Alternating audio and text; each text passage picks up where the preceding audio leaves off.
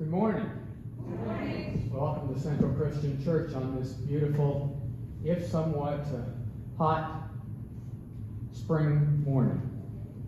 We're glad to see each and every one of you here this morning, and we thank you for choosing to spend this time in worship with us here at Central Christian. We know that your place of worship is a choice, and we appreciate and are grateful that you have chosen to be with us. We trust that this morning's worship will be meaningful to you and help you on your spiritual journey as you lead others along the same path. Announcements this morning. First and foremost is the board meeting will convene this morning here in the sanctuary immediately following worship this morning. So if you're on the board, please stay and remain for the meeting so we can conduct the church's business. I've been asked to remind you that the hymn board that is here behind me has 3 hymns on it. The first and the last are found in your chalice hymnal. The middle hymn is found in your praise hymnal that is in the pews, and that will be the process going forward. So if you're looking for that, the words are on the screen, but if you'd like to have them in front of you, the middle hymn is in the praise hymnal and not the red hardbound chalice hymnal. And we are still looking for lay leaders for the months of September, October, and November. If you feel called to serve in that function or willing to help with that, please sign up. There is a sign-up sheet in the hallway just outside the narthex. I think Jerry Eagle has an announcement about the car show coming up in June. Jerry?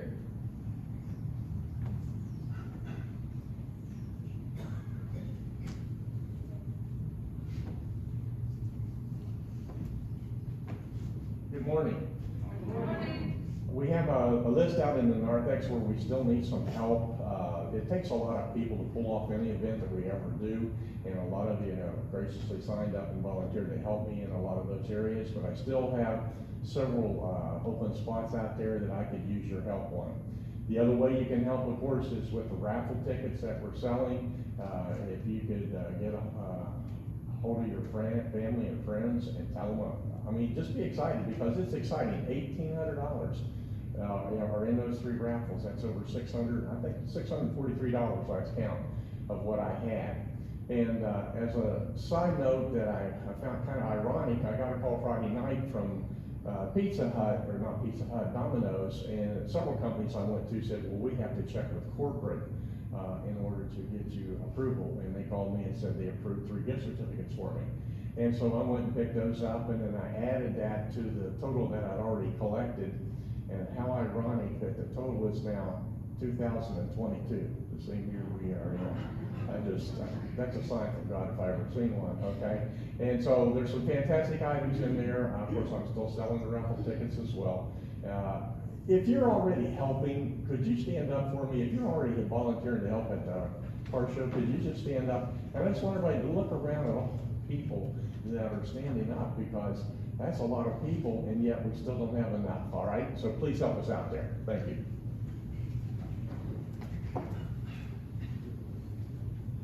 Thank you, Jerry. And again, I would commend the activity to you. It's a fun day. It is a lot of work, but it's a fun day, a fellowship for those of us in the church. And it also is, as a chairman of the Stewardship and Finance Committee, I commend it to you and thank Jerry and everyone, because it is an important source of income for the church to help us manage the costs and budget expenses that we have at the church. So thank you all now, and thank you for your work at that event. That's all the announcements for this morning.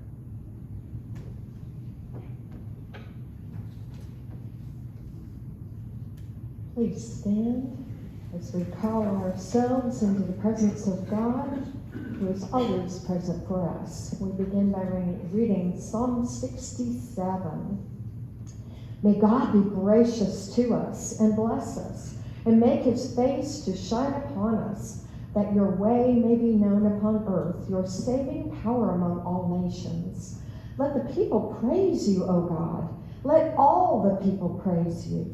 Let the nations be glad and sing for joy, for you judge the people with equity and guide the nations upon earth. Let the people praise you, O God. Let all the people praise you. The earth has yielded its increase, God. Our God has blessed us. May God continue to bless us. Let all the ends of the earth revere him.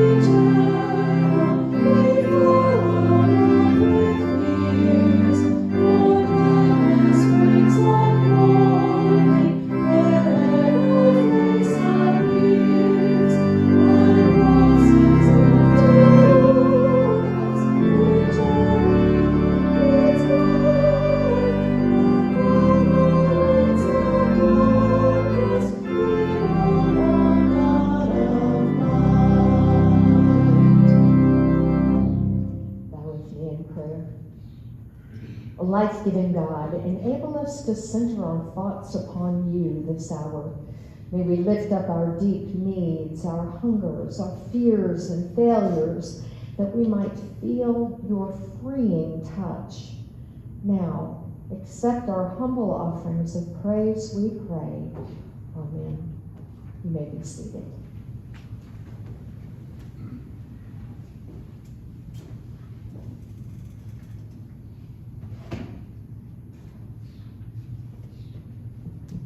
Scripture this morning comes from the book of Acts, chapter 14, verses 8 through 20.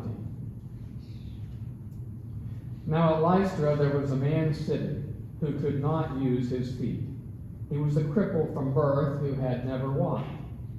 He listened to Paul speaking, and Paul, looking intently at him and seeing that he had faith to be made well, said in a loud voice, "Stand upright on your feet." And he sprang up and walked.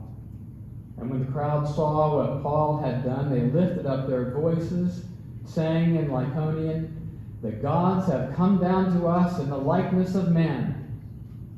Barnabas they called Zeus, and Paul, because he was the chief speaker, they called Hermes. And the priest of Zeus, whose temple was in the front of the city, brought oxen and garlands to the gates and wanted to sacrifice and offer sacrifices with the people. But when the apostles Barnabas and Paul heard of it, they tore their garments and rushed out among the multitude, crying, "Men, why are you doing this? We also are men of like nature with you, and bring you good news, that you should turn from these vain things to a living God, who made the heaven and the earth and the sea and all that is in them. In past generations he allowed all the nations to walk in their own ways. Yet he did not leave himself without witness, for he did good and gave you from heaven rains and fruitful seasons, satisfying your hearts with food and gladness." With these words, they scarcely restrained the people from offering sacrifice to them. But Jews came there from Antioch and Iconium, and having persuaded the people, they stoned Paul and dragged him out of the city, supposing that he was dead. But when the disciples gathered about him, he rose up and entered the city. And on the next day, he went on with Barnabas to Derbe.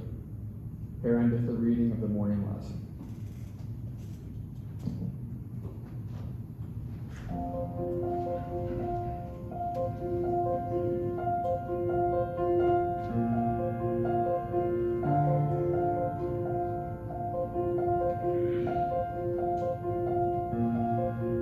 You hold my every moment. You calm my raging seas. You walk with me through fire and heal my disease. I trust in you.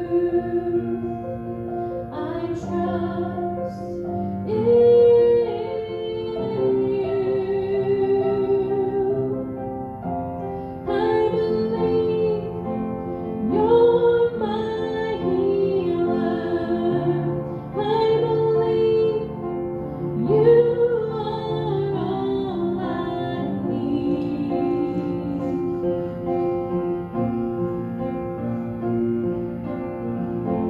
I believe you're my portion. I believe you're more than enough for me. Jesus, you're all I need.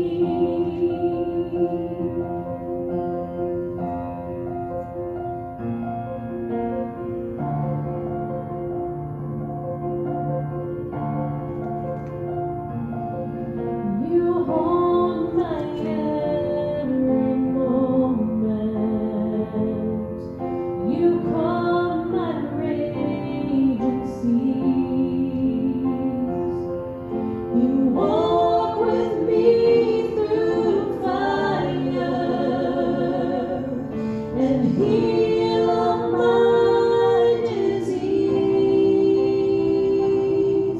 I trust in you. I trust in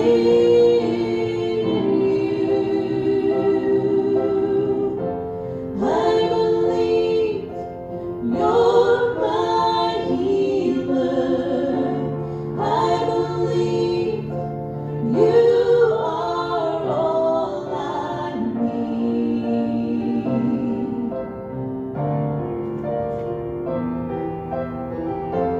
I believe you're my portion.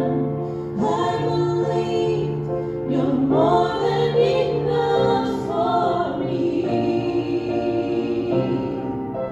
Jesus, you're all I need.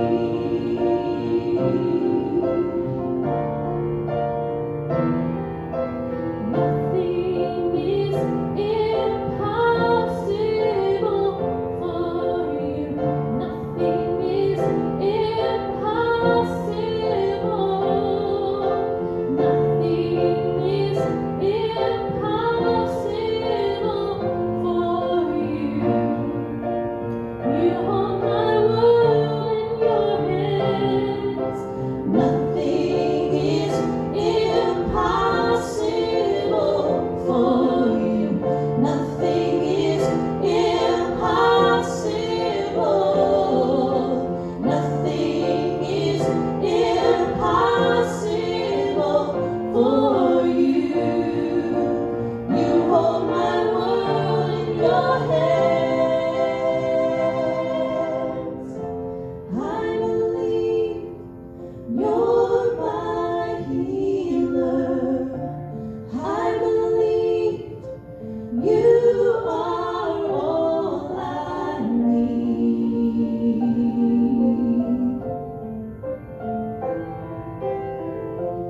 I believe you're my portion. I believe you're more than enough for me. Jesus, you're all I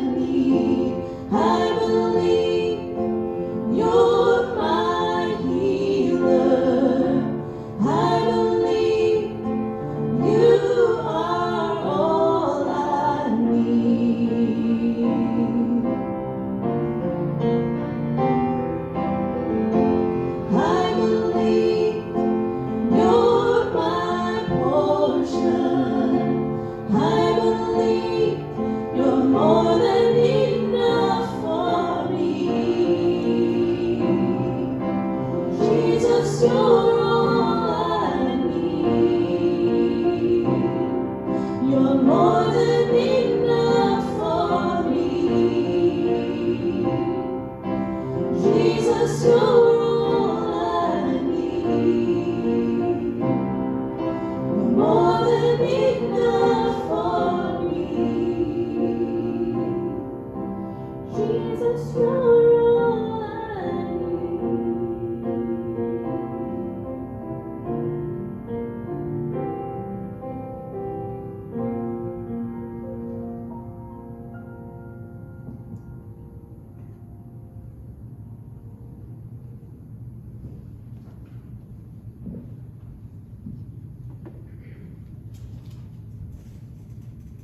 Paul and Barnabas. They've come to the town of Lystra, and there's a man sitting who could not use his feet and had never walked. He was crippled from birth. And he listened to Paul as Paul was speaking, and Paul looked at him intently, and seeing that he had faith to be healed, said in a loud voice, "Stand up onto your feet." And the man sprang up and began to walk. Crippled in his feet from birth, which means that Paul couldn't come in there and massage his feet, do physical therapy of any sort to maybe revive his feet. It's a miracle that he was healed and able to spring up and walk. And it says he had faith. When Paul looked at him, he had faith. But we don't really know if it was faith in God or the faith that he could be healed, or if he had faith in the healing power of Paul and Barnabas. It's just not clear about that. But I do think that there are many ways that we can be healed. And then the crowd saw this, and they began to worship Paul and Barnabas and offer sacrifices. So they began to call them gods, their gods, and offer sacrifices, which is a form of worship. Well, as I was looking at this, I began to wonder what the difference is between idolatry or idolizing, couldn't come up with a word, idolizing, revering, and worship. So to idolize means to admire, to revere, to love greatly, or to love excessively. Revere, which idolize means to revere. Revering means regarding or treating with deep respect. And then worship is showing reverence, or revering, and adoration for a deity, and then honoring with religious rites.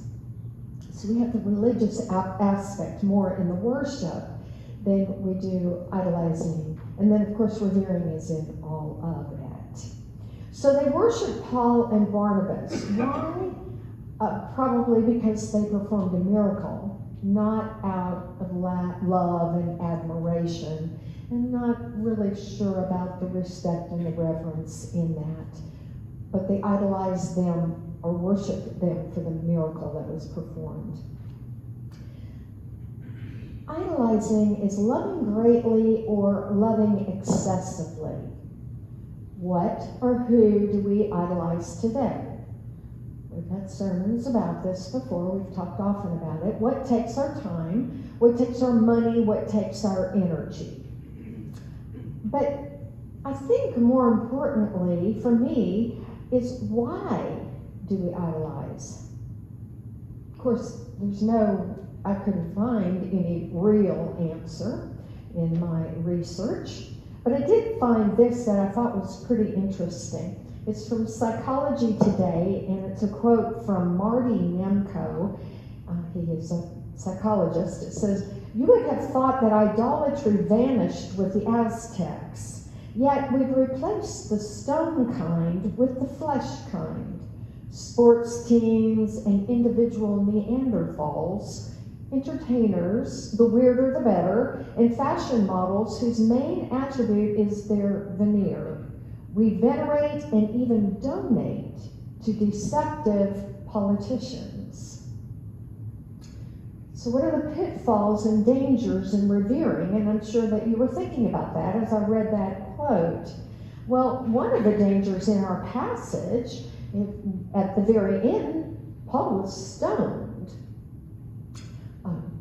Some Jews came in from the town he'd been in. He fled from them. They caught up with him and they stoned him. Well, early before Paul's conversion on the Damascus Road, Paul stoned Stephen. And so we wonder how these examples, this idolizing folks plays out as we move through our life. Paul could have been the example. They could have idolized Paul for his Jewish activism in killing Christians, and this could have been the outcome. Why do we stone anyone who has different ideas, different opinions, different beliefs? What scared them to stone Paul? And of course, we don't know from the scripture, we don't know from life. And I've pondered this question many, many, many times in today's world. In fact, most of the time when I read the news or listen to it on the radio. There's bad idolizing, bad revering, but I think there's good idolizing too. And going back to this article in Psychology Today by Marty Nemko, he said, maybe today we need to idolize ourselves more. Now I can see the bad part in that. If we think we're better than we are, narcissistic thinking can be bad. But his point was, maybe we're not thinking about ourselves as much as we ought to. And so he said, maybe we need to find a better self. And his questions to find that better self would be, how would you benefit if you improved yourself? How would the world, or at least your sphere of influence, those around you, benefit? And then what baby steps would it take to move toward that end of bettering yourself? And so the areas that he talked about to ponder, if you really want to better yourself, he said, build on some strength of character. Look at the good, those that you admire for their strength of character. Maybe not strength of body or weirdness or craziness, but look at strength of character, and then at the same time, think about your weaknesses. Do something about both. Think about your work life and your balance between them. Do you need to work harder? Do you need to ease up a little bit on work? Do you need to give some time to something other? Do you need to be kinder? Or do you need to be tougher? Do you need to be more social? Maybe less social? Do you need to spend more time with people who are worthy of respecting? I always love to spend time with people who make me feel positive, feel uplifted. And I try not to, although I love everyone, but I try not to let those who are tearing down, tear me down. I like to be surrounded by uplifting and positive. Do we need to be less materialistic, bolder, or more modest? Do we need to forego, moderate, or increase a use of mind-altering substance? And that increase would be, if you're dealing with depression, a chemical imbalance through a physician. But there are other ways in which we try to make things a little better by using substances that may not be so good. Do we need to fight more for a cause that we believe in? Do we need to be more ethical? Well, the takeaway, he says, from that is the crowd deifies the shallow, despite the fact that it yields small benefit to anyone. But are you better, or willing to do better than deifying that shallow? It really gives us nothing. And in here, Paul tells those who are worshiping him that he comes to tell them the good news that there is something to idolize greater than the vanities, the things that really do nothing. Something that makes us a better self. And as I read that, I began to think, okay, Jesus was, or displayed all of these items for me that I would want to idolize. Jesus was my example. And so therefore, if I follow Jesus' example, then what kind of example might I be for others? And wouldn't that be better for my community around? Well, I've been listening to the book Coldwood Way. And it's the book about Homer Hickam, who was one of the Rocket Boys, our West Virginia Rocket Boys in Coldwood, West Virginia. And another of his books was what the movie October Sky was based on. He became a NASA engineer, also a writer and a speaker, and I enjoyed a lot of his YouTube as I was thinking about this book and wanted to know a little more about him. He's a great speaker because he's a good storyteller. And this book, Coldwood Way, is his storytelling about growing up in a small coal mining company town of Coalwood. And so he talked about the influences in his life. He talked about that on the YouTube, but it pulled in the book for me even better. And he said one of the influences in his life that helped him along the way was living in a small town, smaller schools. People can't get lost in the crowd, in the bigness. That's why I prefer small churches. You don't get lost in the crowd. We've got each other's back. We know each other. We care about each other. Smaller can be very good. It was very good for him. And he said that small mining town imparted values on all of the children. And as I thought about it, I thought, this reminds me of every West Virginian that I've met and why I choose West Virginia as my state. Number one, you're proud of who you are.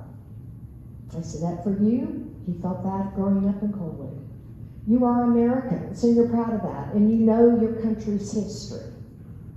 They were coal miners. I know a lot of you come from coal mining families. They knew their coal mining. They knew their place in the whole scheme of their community, and they knew their family history, many of whom were coal miners.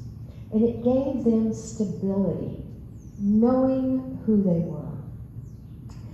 In Coalwood, they could stand up for what they believed. They were allowed to express their opinions. And he said their teachers instructed them. And I love this because I know that in my family growing up, I was instructed the same way. And I just can't figure out where we got off of the road. The teachers instructed them to express their opinions, not by fighting, not by yelling, not by arguing, but in a respectful way, because all fellow human beings deserve respect. And in Coalwood, they believed that everyone was their fellow Coalwoodians. Those of us that we love around us, we need to respect. Even those who do not live around us, who have a difference of opinion. I feel like we've lost that somehow. We've forgotten how to be kind. But the teachers also told them not to destroy each other. It's so much more important to convince and to build a good argument. When we do that in our lives, then we're confirming what we really believe. I think sometimes we go through life without really looking at what we believe, looking at why we believe what we believe. And he said that the Colwoodians kept their families together. I love this one. They trusted in God, but relied on themselves. And that seems like those would be opposite. They relied on themselves, but yet they still trusted in God. You see, God's not going to swoop down and take everything and make everything right. We've got to rely on ourselves. We've got to rely on the fact that God gives us what we need to make it, no matter what happened.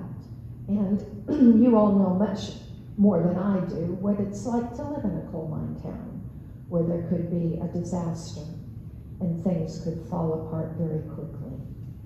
And so what he said is that all of this meant that they were not afraid. They weren't afraid to take on challenges. And they weren't afraid to take on challenges that no one thought they could do. And that's what the Rocket Boys did. Then it was very interesting. He said because of all of this, how he'd been taught, living in that coal mine town, which had a lot of danger, when the Cold War was happening and Sputnik, the Russian capsule, came over the U.S., town was afraid. The older people were afraid. They were afraid that Russia was getting ahead of us, that we might have a military defeat, of course the nuclear weapon, fear, all of this coming together. But he said he did not fear. He was energized. He thought, wow, something that the whole world was looking at was coming over Colwood. Little Colwood that kind of was their own little isolated place.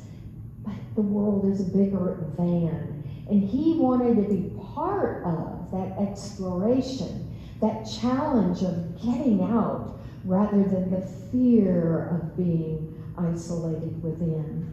And so that inspired the Rocket Boys' first attempt at making a rocket. He was excited about the exploration versus the war and the fear. Well, I love some of his little stories about living in town. Mr. Van Dyke, which is one of the supervisors in the mine, was, and I don't remember the episode exactly, but he said, it's better to admit ignorance than to provide it. Better to admit ignorance than to provide ignorance. But ignorance can be changed by oneself, by teachers, by those we see around us. And he said the key is reading. He said often people looked at the coal mining town and thought, oh, they're not intellectual, they're not educated, and kind of felt like folks ran them down. But he said everyone in Colwood read because there wasn't anything else to do. So every evening people had stacks of books around and they read. His father, he said, was self-taught, self-educated, but very intellectual. He said probably one of the best mining engineers in the entire country. But he was a distant man. And so he gained insight into his father by the books that he read. That influence, just the books that we have around us. And then, I love this story. Even everyone in town influenced those children. He said one of his father's favorite books was The Last of the Mohicans. I love that book. But so he decided that he and his Rocket Boy friends would become the Cohicans. And so every morning they would go out, and as the men were in line going to the mine, they would ambush them. Well, you would think the men might be tired of the kids doing that, but oh no, these miners, these men that are going into this dangerous mine, horribly dangerous work, they started falling dead, writhing on the ground, doing all the things that happen when you're ambushed. What a wonderful example for these boys growing up in this little town. And one of my favorite stories was his mom. Their first rocket, which he said actually was a bomb, so there's a great, they're very much alike. They blew up their mother's fence. And he said that in October Sky, which I haven't seen yet. I've got to see that movie. But he said it shows it as a little picket fence. He said actually it was 2x4s with mining wire on it. It was a huge fence. But anyway, they blew it up with this rocket. And she went to him, instead of chewing him out, which he probably did deserve, but she essentially said, your father doesn't feel like you're good enough in school or have enough, oomph to get through school very well. And so he's kind of eyeing a job in the mine for you. But she says, if you really think this is something you want to do, then you might need to build a better rocket. And so everyone in town, well, I shouldn't say everyone, but many of the people in town helped them gather the things together. There were even men in the shop that helped engineer a better nose for the rockets. They all backed those boys, that better self of those people in that town, showing that better self to these boys. And look what they did. Well, back to the lame man in the passage. Did they have faith in God? Or did he have faith in himself or Paul and Barnabas? Well, I think it's kind of blurred, honestly. God works through us. Faith is always a work in progress, but God uses us in most cases. The healings that we can offer to people, we may not help them walk. They may not jump up and walk again. But I've seen some pretty unhappy, lonely people jump up and walk because God used someone else to be there with them. I think when we have faith in our healers, in our doctors, in our therapists, that we're trusting God to use them, to rely on them. You see, God and all of humanity work together. And so that all of us are worthy of being idolized, held up, respected, honored. But the difference is, only God can be worshipped.